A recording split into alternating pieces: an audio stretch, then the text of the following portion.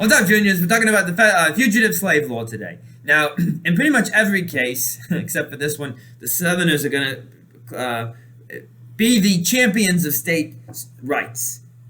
In other words, the state should have more power in relation to the federal government than the federal government might like. Okay? Even if some of these Southerners aren't saying state sovereignty, they are saying the Southern states, or the older states, need to have more power. This is not the case with the Fugitive Slave Law. The Southerners want the federal government to intervene on their behalf to bring back escaped slaves from the North into the South and to force Northern states to cooperate with this. All right?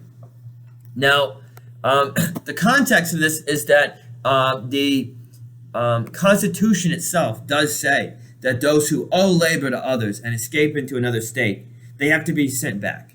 It doesn't say how that's going to be enforced. So a federal law of 1793 comes in and talks more clearly about how it's going to be enforced. And it says that a slave owner can go into another state looking for their escaped slave, take them to a local magistrate or to a federal court, and produce evidence about the identity of the black person they have captured. And then if they can prove the identity, either through, say, an affidavit from a Southern court or a white witness or something, they can then take that black person back into captivity.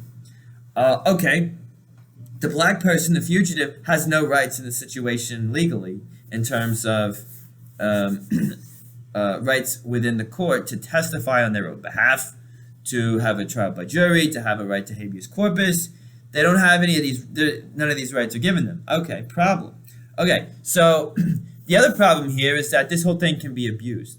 And so not only is it, of course, wrong, period, because it's evil, but it's also that a slave catcher, someone hired by a slave owner to go into the North and capture their escaped slave, might just kidnap a black person, might take them to a court.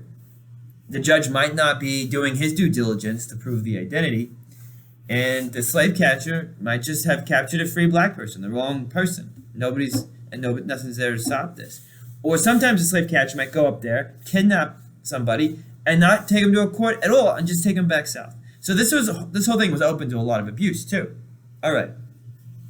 Northerners recognize this, and they passed things that are called personal liberty laws. These were things in northern states between 1793 and 1837. These personal liberty laws would give the fugitive slave or the alleged fugitive slave the right to testify in his or her own behalf in court, the right to a trial by jury, certain things that we all take for granted living in the United States, but which black people didn't have access to at the time period. Okay, well, in 1837, the laws of the states, these personal liberty laws, are overturned by the federal courts. The federal courts say that these laws are unconstitutional because federal law 1793 trumps state law of whatever year in different states.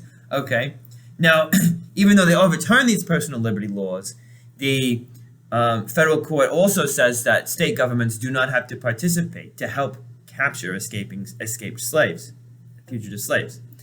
So the state governments in the North can basically wash their hands of the affair and say, we're not involved in it at all. We don't have to cooperate in the capture of slaves, but at the same time, we can't really protect them. So without the protection of the law, okay, that's when you really see the growth of what we more of a grassroots protection of the fugitive slaves. So the growth of the Underground Railroad, for instance. This is a network of safe houses where slaves who are escaping into the Upper South or into the North can stay as they're moving north. So some of these houses are going to be in the South, some of them are going to be in the North.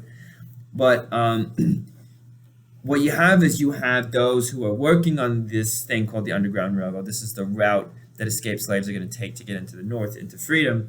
They go down into the South. They try to make contact with slaves. They try to communicate to them where to go, when to do it, what routes to take through the woods or through the swamps so you won't get noticed, travel at night, get to this house by a certain time, knock on the door, stay there during the day, hide under the stairs, whatever it is.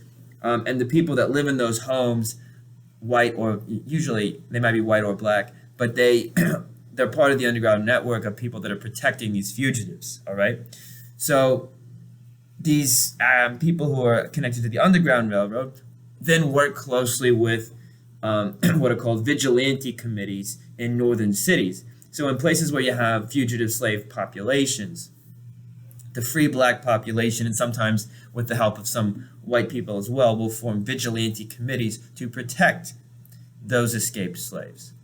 So the point of this is that in the absence of state or federal law to protect fugitive slaves, you have spontaneous activity, activists, well-meaning people, good people, working together to protect fugitive slaves. All right?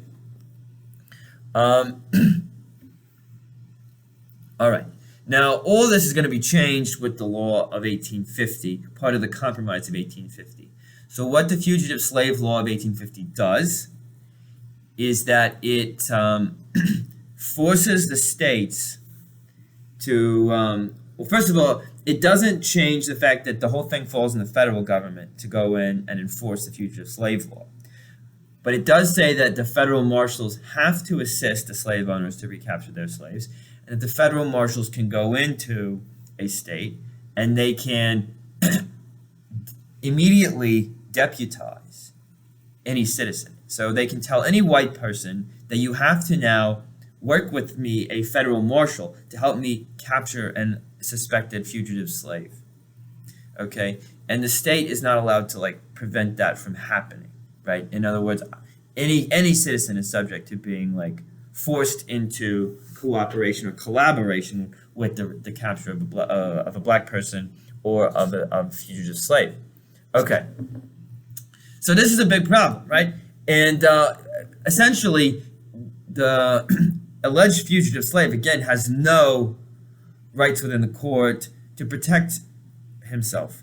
Can't testify, no right to trial by jury, so on and so forth. A white witness, that's all that's needed to get them sent back into the South, or even if they've never been in the South, to be sent down there, whatever.